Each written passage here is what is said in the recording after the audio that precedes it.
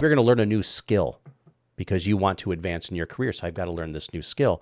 Some people won't because it's a lot of work and they don't feel like they have confidence that they could do it. Like where do I even start? And you can just ask yourself, what's one skill, if you mastered it, that would immediately change your life? And what it meant was what you believe dictates what decisions you're going to make. So in other words, what lies do we believe that I'm making decisions on, and I'm calling it a snake? All right. So this week we're going to be talking about one of the 5 jars. It's the fourth one in the 5-jar budgeting methods. We're making our way. We're almost done here. Yeah. We're past halfway. So just to kind of recap, like we've been doing, we talked about spending first, saving second, and investing third. Mm-hmm. And today's number 4, the personal development jar. Mm-hmm. I'm excited for this one because I think it's potentially overlooked, but it's super important, I would say. Yeah. But kind of what I've been doing has kind of been my first question every week. But I want to know, since you're somebody who taught me this at a young age, and it's impacted my life in a big way. Mm-hmm. What would you say or define the personal development jar as? It is focusing on your most important, your biggest asset, which is yourself. And that, I can't live any farther than I think, and I'll define that if in later in this podcast what that means. Okay. But it's about really taking the time to make sure that I'm continuing to grow and develop, because the truth is that when it comes to not just earning potential, but when it comes to just development in life and career and relationships and all the things, that if we're not constantly, investing in ourselves to continue to educate ourselves and to learn more, it's hard to continue to grow and scale in life and in all the areas that in human development. And so this is a really, sometimes, like you said, overlooked jar, because sometimes we can just kind of get into a groove and just kind of go along in this linear fashion in life and miss out on tons of the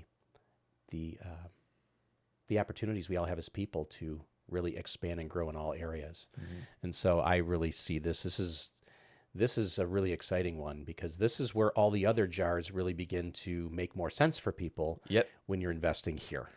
Yeah, I would agree. Mm-hmm. You said something about the mindset, and I'll let you talk about that later. But there's a quote that I heard that, like, your income rarely outgrows your mindset. Exactly. And I think that's really true. And Thomas Corley in Rich Habits talks about this. Like, most wealthy people, they read 2 or more books a month. Which, mindset and knowledge isn't purely based off of how many books you read. Correct. But it's the principle of, you're taking the time to, you're setting aside time in your day where you could be doing something else that you want to do. Maybe you want to read books, right? Mm-hmm. But to do something that is intentional, that's going to help grow yourself and develop yourself. And so, like we're talking about the personal development jar, this is something you can put some of your money towards, investing in books and things like that. Right. But I saw this statistic here from the World Economic Forum. Yeah. That workers who participate in ongoing training or personal development, which, I experienced a little bit when I was working for Jersey Mike's, and I was whipping up subs in and out every day, and managing stores and learning things on the back end, the business side of things, which, by the way, I don't always think about this, but I've learned so much working at Jersey Mike's that I use in my today life that I never thought I would. I was just like, oh my gosh, I'm just same thing again, just making subs, like I was like Eeyore in there, Right. But now that I think about it, man, I learned so much. I learned how to manage people's expectations. Mm-hmm. I learned how to, be kind when people are just absolutely Not nice. Not nice. We'll say, yeah, they're not nice. I learned how to, manage cost of goods and all these different things, right? How to like run a business. And I was just making subs, so that was pretty cool. But anyways, so I experienced this somewhat in Jersey Mike's because they were really good at making sure that they had a lot of like personal development and trainings going on. Mm-hmm. I hadn't had much work experience before that, but it was the most I'd ever experienced. And then talking to other people about it that were in different, different walks of life, they're like, "Huh, that's uncommon. It's not always like that." And with the value that they brought, so it was pretty cool. But anyway, so the statistics. Sorry, got a little side tangent. No, that's good. But workers who participate in ongoing training or personal development earn up to 30% more than those who don't. Yeah. Which, when you think about it, you're like, okay, obviously, or whatever, it's like, okay, well, I'm just going to ignore that statistic because it's like, okay, that's obvious, whatever. Give me something to value. But I think it brings so much value because it's crazy to me that even if some people like understand that personal development or, trainings can like help improve your income or your work ethic, your intelligence, like all these different things. Rarely do people actually take the time to do it because it takes a level of death to self because they can oftentimes seem boring, repetitive. It's like I've heard same song, different melody, all these different things. Right. But I once heard someone close to me in my life say that, oftentimes I'll be listening to somebody talking and I disagree with 99% of what they say. But I always try to find that 1%. Exactly. I got to take away from the conversation. Exactly. Which is kind of goes back to your 1 or 2 books a month. Yeah. Is that you're going to read books that maybe even challenge some of your own worldview or what you thought was true. And you might actually find out, you know what? Here's these 2 points in this book I agreed with, these 5 I didn't. And here are the reasons why. And it was still good that you read it because it sharpened your own understanding of who you are and what you think is important and what you think is true and what you think is valuable. So I think that's a great thing to always look for the 1% that I can find. That's a nugget that I can take in and apply. Right. Because even if you're hearing the same story from multiple people, they have a unique experience with it. So there's always some sort of nuance that you can like take out of it and apply to your life. Also, when you're listening to like a 2-hour seminar, you're only, especially if you're not taking notes, you're only going to retain like 10% of what you hear them say. Yeah. And you're going to, as you're listening, you're like, oh, that makes sense. And you're like, dismissing some certain things. Or if something was really impactful, you'll still forget it. Yeah. So take notes, but also like it's good to just hear things again. It's good to be reminded of things. Repetition is your friend. Right. Because if we're not being reminded of these things, it's so easy to forget them. I used to always tell my employees at Jersey Mike's because you have a specific system, how you make the subs, how you make the bread, how you cut the lettuce. We have specific procedures, how you chop the onions and the meat on the grill. And obviously we want to have consistency of product, right? Yeah. And at night they had the checklist, when you're closing or whatever. And, people would think, I've been closing for 2 years. I know what I'm doing. I'm not going to do the checklist, right? And you know what? The first few closes when they did that, I didn't notice because the closes were good, right? They knew what they were doing, right? But as they start to not do the checklist, there would be a night they'd forget something, right? And I might not have even noticed then. But a couple of months down the road, they start to forget things. And then I would notice that they'd be forgetting these things in their closes or even the openers, they'd forget certain things. And I'd bring it up and they're like, oh yeah, I know that. I'm like, yeah, but you missed it. And I know because you're not doing the checklist, right? Right. Because even though like something may have been impactful to us in a certain season of our life, it can lose its value over time because our brain, it's the law of diminishing return. If we don't continue to provide value in a certain area, it will eventually lose its saltiness. Yeah. Or a if you muscle will. that atrophies. Yeah, Basically, right? Because you're not exercising it anymore. exactly, right? And we start to forget these things. So Right. repetition is not a bad thing. It's not. It's your friend. I think there's another dimension to this too, where sometimes people will not begin to move forward with developing in certain areas because they will say like, "Oh, I don't know that I can do it." Like they'll lack confidence that in the thing that they're going to try to work toward or learn about and develop in. Maybe you're going to learn a new skill because you want to advance in your career. So I've got to learn this new skill. Some people won't because it's a lot of work and they don't feel like they have confidence that they could do it. But here's the thing. I like, it was, who was it? It was Dan Sullivan who taught this. He said that confidence never comes at the beginning of the journey in personal development. That always comes as at the breakthrough. Yeah. When you actually arrive at the place where you've learned the skill or the thing or the growth step that you're trying to take. Yep. Never comes before. Always before comes first. You got to commit to going that way. Takes a commitment, and then it's going to take some courage to actually go through when you know you're not any good at the thing you're trying to learn, which might be investing or learning how to manage your money or I want to learn this new position at my job. I want to start a business. Oh, but I can't do that because I've never done it before.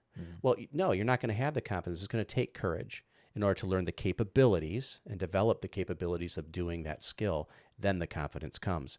So the confidence never comes at first. No. And so expect to face jitters and maybe some fear and some unknown when you're about ready to embark on developing yourself, whether it's through reading or going to seminar, taking classes, or whatever you're moving toward. Right. But the confidence will come if you give it time. Yeah.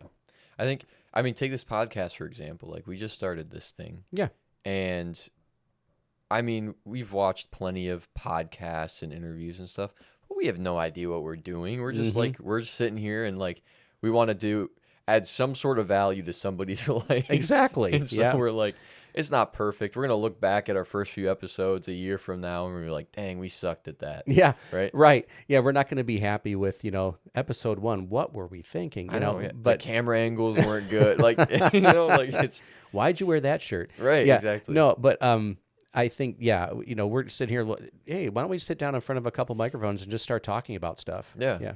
Right. And yeah. So when it comes to this is Personal Development Jar 101 right here in front of your face. You are watching it. Yep. We invested in some camera equipment, some microphones, and some of our time. Yep. And we had no confidence. I remember we turned on the cameras for the first time, and I was like, all right, here we go. Here we go. I don't know how I'm going to talk for half hour. I don't know.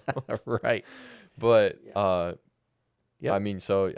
y'all watch, you get to watch us grow too. But, I saw a statistic from LinkedIn, their workplace research division or whatever, that the number one reason that people leave their job is a lack of growth in their position.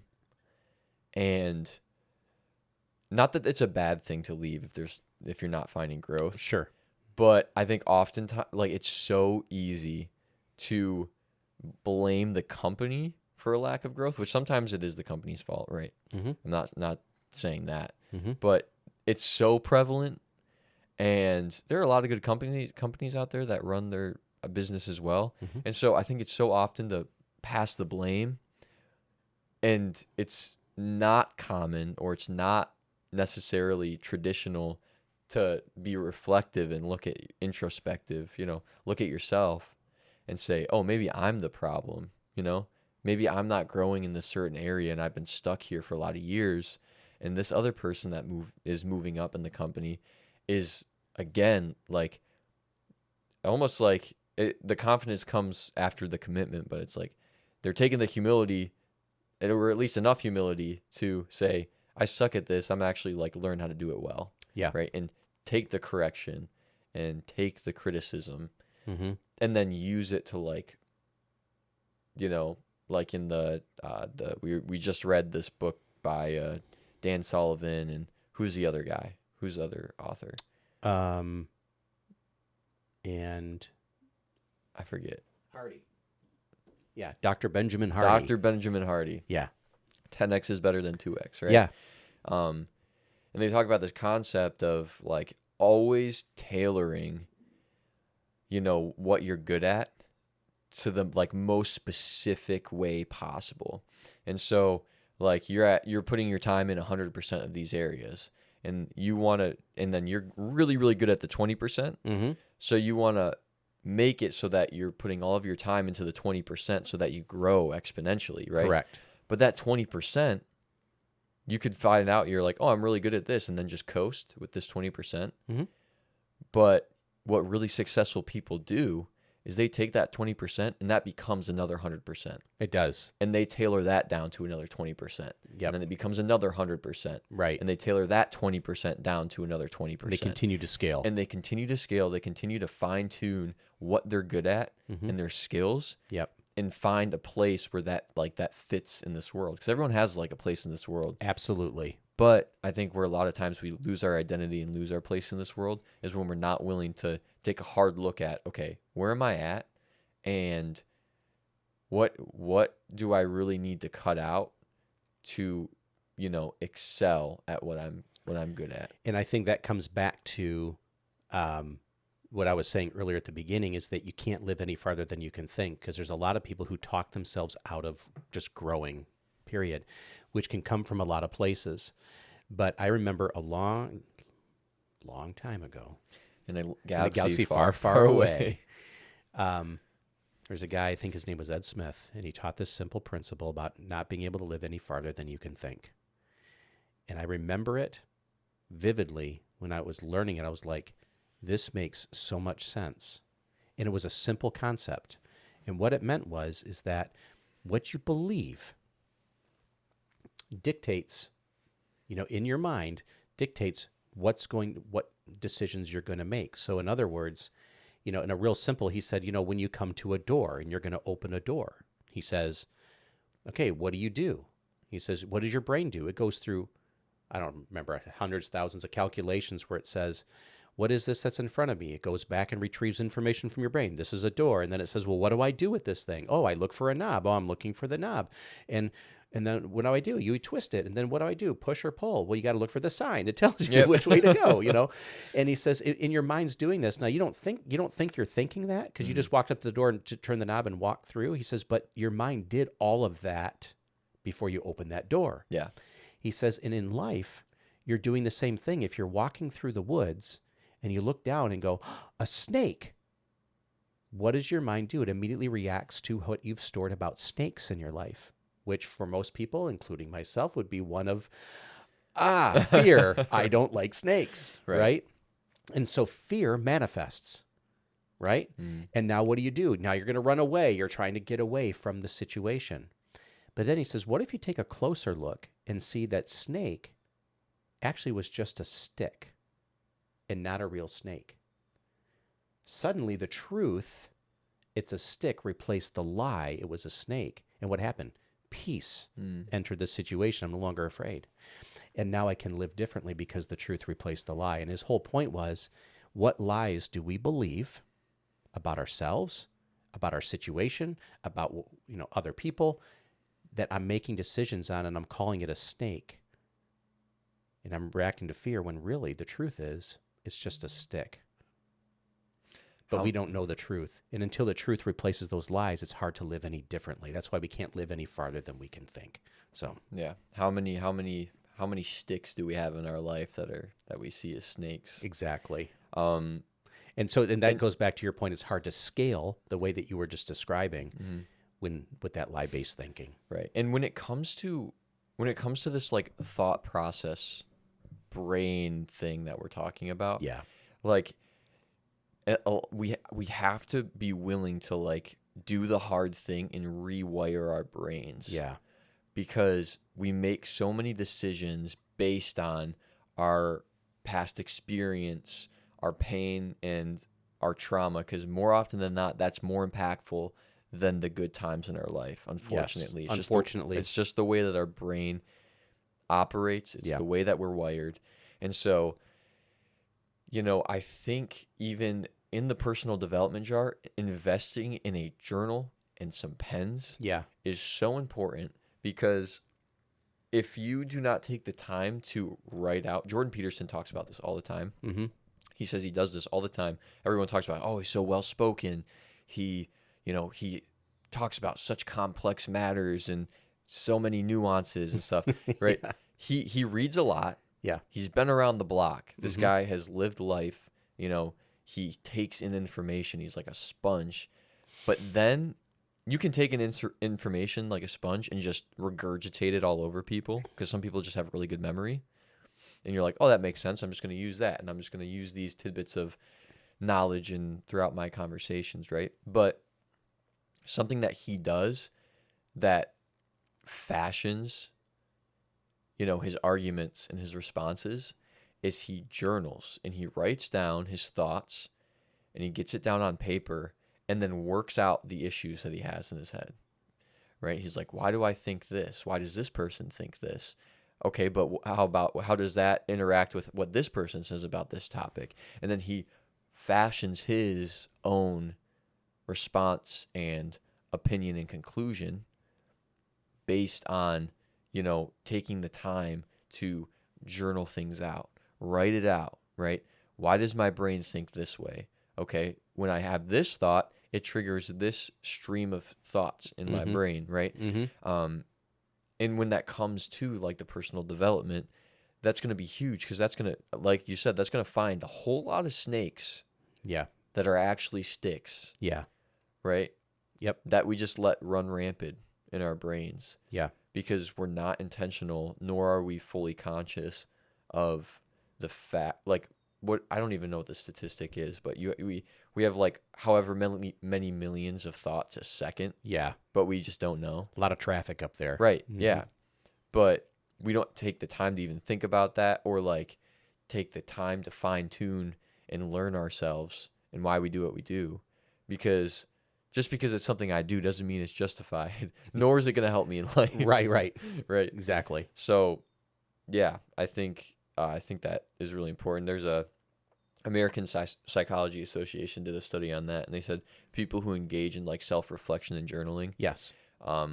20 to 25% of them, or no, they said that they report a 20 to 25, I don't know how they measure this, but they know what they're doing. I don't.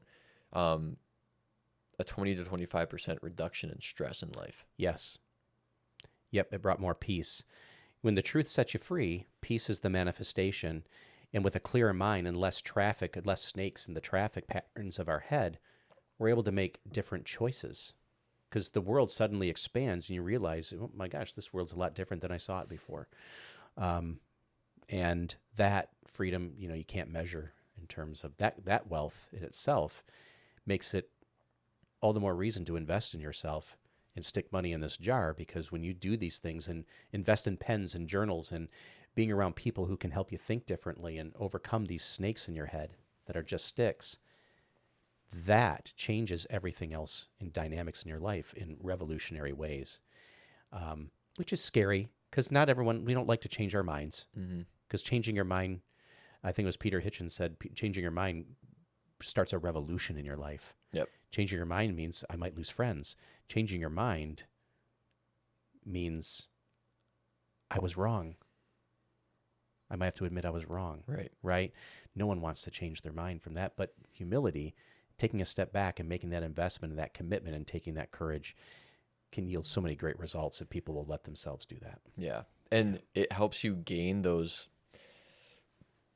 attributes and those skills that aren't necessarily measurable, like work ethic and resiliency and, like you said, confidence. Yeah. Like these things that, you can't learn on a piece, you can't learn from a class necessarily. You can learn about the attributes of them and how to gain them from a class, but you can learn how to read a P&L statement from somebody just teaching a class. But a lot of those non-measurable skills come from experience and humility and leaning into the suck, if you will, like embrace the suck. Right. Yeah. That's what I would Because it say. is darkest before dawn, as they say. Right? Yeah. Yeah. But you know what? I think so. In the last episode, I talked about how Gen Z and millennials have like the least amount of money saved up in retirement. Mm-hmm. Um, which I guess it makes sense because people, or and then any previous generations before them when they were like in that age bracket, Right. Because they're like, oh, obviously they have less saved up. The people are in retirement right now, but it's like no, in that age bracket. But Yeah. I think one thing that we have going for us, yeah, but it makes sense with like social media and everything. But 46% of Gen Z already spends money on self-improvement. They do. Books like courses and gyms. They do. And I think partially that is like, you know, soft skills are like in higher demand because there's like a lack of quality, I guess, education and Took the words out of my mouth. mentorship and discipleship even. Yes. And so my generation is hungry for authenticity, truth, and they're looking for something that's going to help fulfill and make them successful and find them that peace that we're talking about. Yep. We all are born with this innate desire to do something meaningful. That, you know, whether for one person or a million isn't necessarily the goal, but that's what they're looking for. And that's why I think there's such a large percentage of them looking for that, because I think you said it right. There's a hunger there, and which is good, because it means that they will prioritize this. And if they do, they'll prioritize all the other things in life will begin to they'll be open up to them and what's possible. And that's what gets exciting for me is seeing people. I take great pleasure in seeing light bulbs, illumination going off in people when suddenly something makes sense, that you can just see their life was going this way and then it shifts and now they're going to go this way and it's going to be now they found their true north. That is very satisfying. Yeah, and it's so beautiful too to see people who decide to actually like, you know, take this jar seriously, and just see how like their lives can like change and morph into something that some people would have never thought possible. Right. In a relatively quick amount of time too. It all depends on your capacity to be willing to like put towards yourself. Right. And some people think that they're not worthy of, you know, personal development. They think that they're, you know, they're not good enough. It's too hard. You know, I don't have the funds to do it. You know, these people are just better than me. There's a lot of different, there's a million different reasons No why. one will support me. Right. No one will support me. There's a million reasons why not to do something, but that doesn't mean that you shouldn't do it all the time. And I would say all those thoughts that you were just listing out that all of us contend with, those are all snakes in our head that are actually sticks. Yep. Because none of it's true. Right. And it's especially like with technology now, you can find some like subculture. You can find a subreddit or something of like people who are going to be genuine and could actually like talk to you about certain things that you're interested in, right? Right. Like there is a community for everyone out there, good or bad, right? But I think, you know, we talk about faith here sometimes, but you should probably talk about it more. But when it comes to, you know, I was talking about this, the innate like yearning inside of us for like peace and wholeness and like meaning. The fact that there's nothing on this earth that can give that to us, like in longevity, right?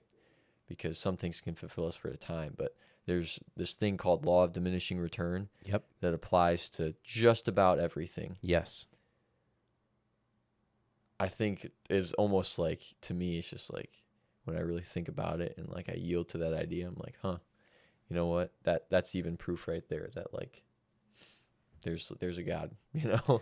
Yeah. Because he's the only one that can fulfill that place. Right. And, you know, And it says in the scriptures too that he can do more than we could ever ask or imagine, right? According to his power at work here.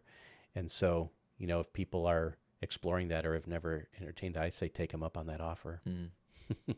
Agreed. Yeah. Because I know me, I can imagine a lot, but he can always do more. I think that's what always that excites me more than I can even describe. Right. Yeah. Yeah. Because I've lived my life on the other side of the coin too. Yes. It's like, me too. This sucks. Yeah. So. Yeah. Yeah. Okay. So. So when it comes to personal development. Yeah.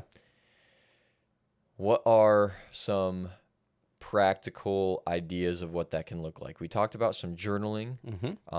We talked about professional development classes that you could take. Yes. Some companies provide that. Sometimes you need to go seek that out. Yep. We talked about some books. We talked about, it can even be therapy. Oh yeah, that counts. That's huge.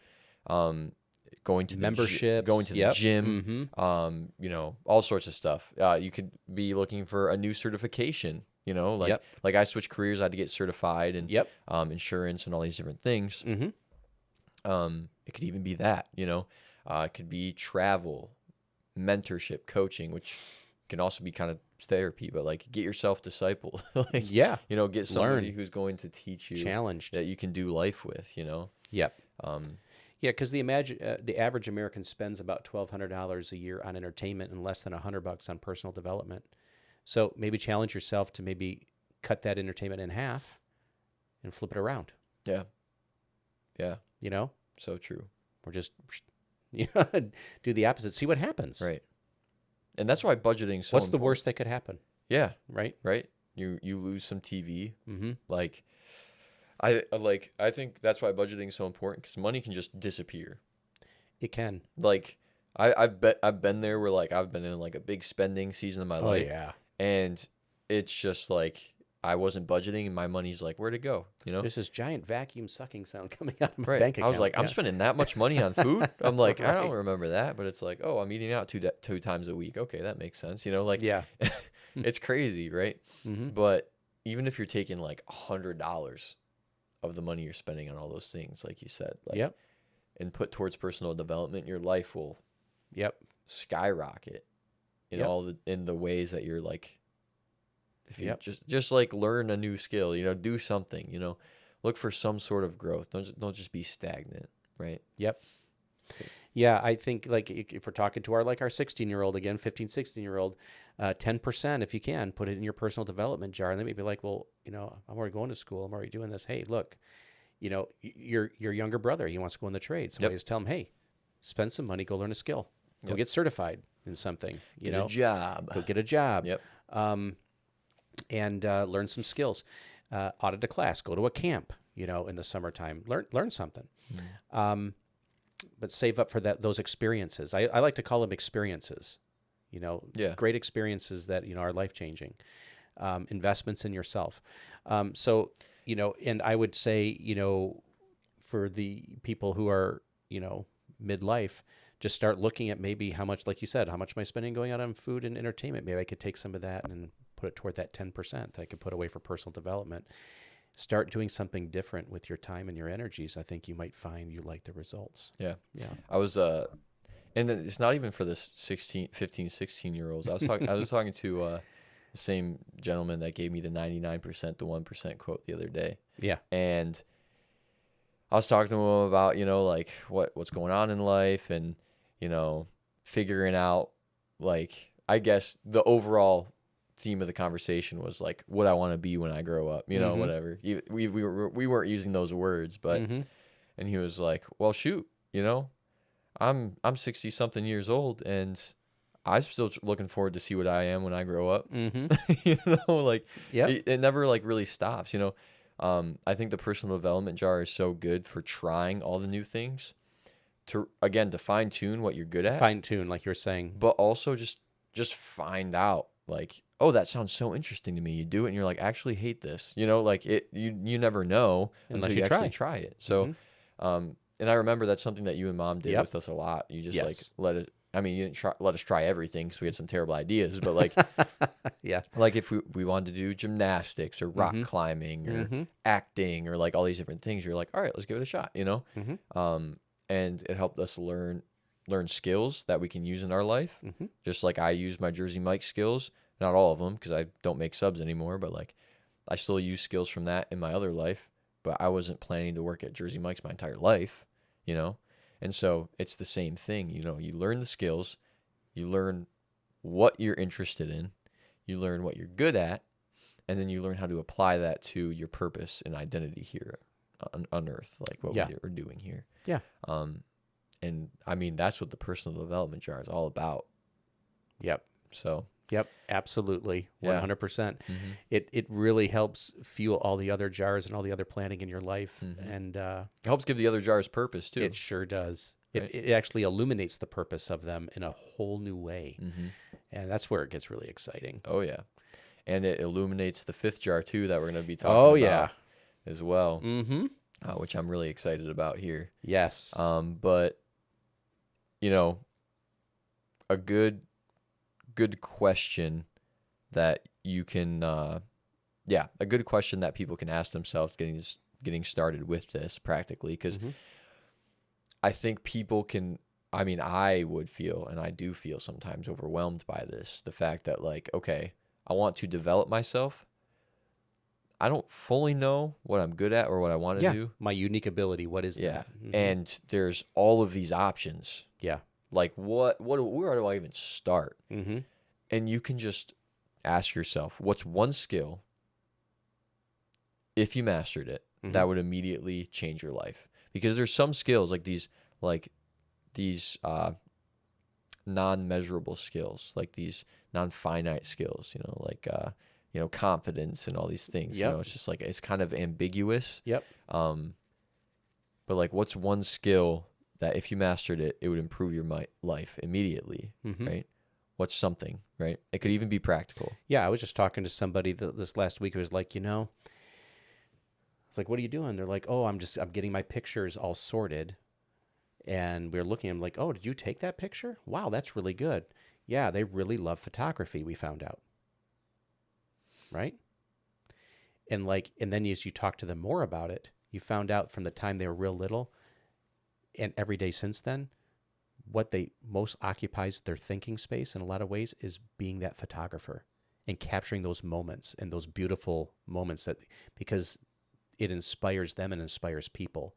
And like, there's like this whole narrative was coming out of this person of what they would want to do with it. It wasn't just about taking pictures. Right. But I don't know how to edit them. I don't know how to do this with them. I don't know. Those are the skills they could focus on and master in order to be able to have their heart be able to do and bring to the world what the heart's trying to manifest. But you got to learn these skills. Right. And sometimes the old there's boring skills stuff that you don't want to do, right? Like when you're passionate about something, there's always some aspect of it that's like just work. You know, it's just like, it's rough. You don't want to do it at all. Exactly. Right. Yep. Like I love film. I hope to make some sort of like film in the future. Right. And I'm always like watching things. I'm like, oh, that's like a really cool shot. Or like, I like how they color graded that. I'm colorblind. I can't color grade a movie. Yeah. I'm like really bad at it. Yeah. It's like I'll show people stuff that I make and they're like, why does it all look pink? And I'm like, it doesn't look pink to me. I don't know. And so that's the how. Yeah. The who. That's the who for you. But there's the thing like the audio design, and you can get creative with it and it can be exciting. Yeah. But there's things about video editing that are just like, I don't want to do this. I just want to be able to like tell somebody, you know. But right now I'm doing the video editing. You're the guy. So you know what? I will do it. I'll learn the skill, and I will happily pass the baton to someone. I will someday. happily pass the baton one day. But then I can also speak their language too. Exactly. And be able to have a thoughtful conversation about it. Because you know. Time. And right. And we're getting videos out because somebody's taking the time to do it. Right. Exactly. So I'm doing that. Right. And then the stories that are important to you can begin to touch hearts. Right. As they watch it. Yeah. And then so second question, like if you spend $100 a month making yourself better, how would you spend it? So those are two questions that you could ask yourself, right? So how would you spend it? What's one skill If you mastered it, that would immediately improve your life. Yep. And then it kind of goes into the second question. If you spent $100 on that, making yourself better, how would you spend it specifically, right? Which I think then goes back then to the other investment. Go out and get yourself a nice journal and some pens. Yep. And begin to have that dialogue with answers to those questions right there. Mm-hmm. And that'll start moving you in the direction that you want to go. Slow, incremental, patient steps to get the snakes out of your thinking. Yep. So you can live differently. Yeah, I think 5 years from now, you won't even recognize your life. It'll be a lot different. Yeah, it's so true. So we've been doing this for our young adult crowd. You know, we said put 50% to see if you can put 50% to your savings. See if you can spending, sorry. Mm-hmm. 50% to your spending is a little generous, but 50% to your spending. Mm-hmm. See if you can put 10% to your savings. Mm-hmm. And then 20% to your investment. Mm-hmm. What is their percentage for personal development? Do 10%. 10%. Mm-hmm. So we're at 90% here. Mm-hmm. All right. Yep. So see if you can do that. See if you can do the math on your last jar too before we meet. Exactly right. I wonder what the last jar is going to be. Yeah. But see if you can do that, and then see, how that changed your life, even over a year. Yeah. Absolutely. Yeah. So before we close out here, any final remarks? I know next week we'll be talking about the giving jar. The giving jar. Which I'm so excited about. Yep. That'll be good. Mm-hmm. No, we really appreciate you guys tuning in today. If you could do us a favor and hit that bell and subscribe button. And I'm sorry, you could it's just so funny. It's like hit the bell. That's like the old guy thing. Oh, is it? Yeah, it's like hit the bell. What is it? The bell.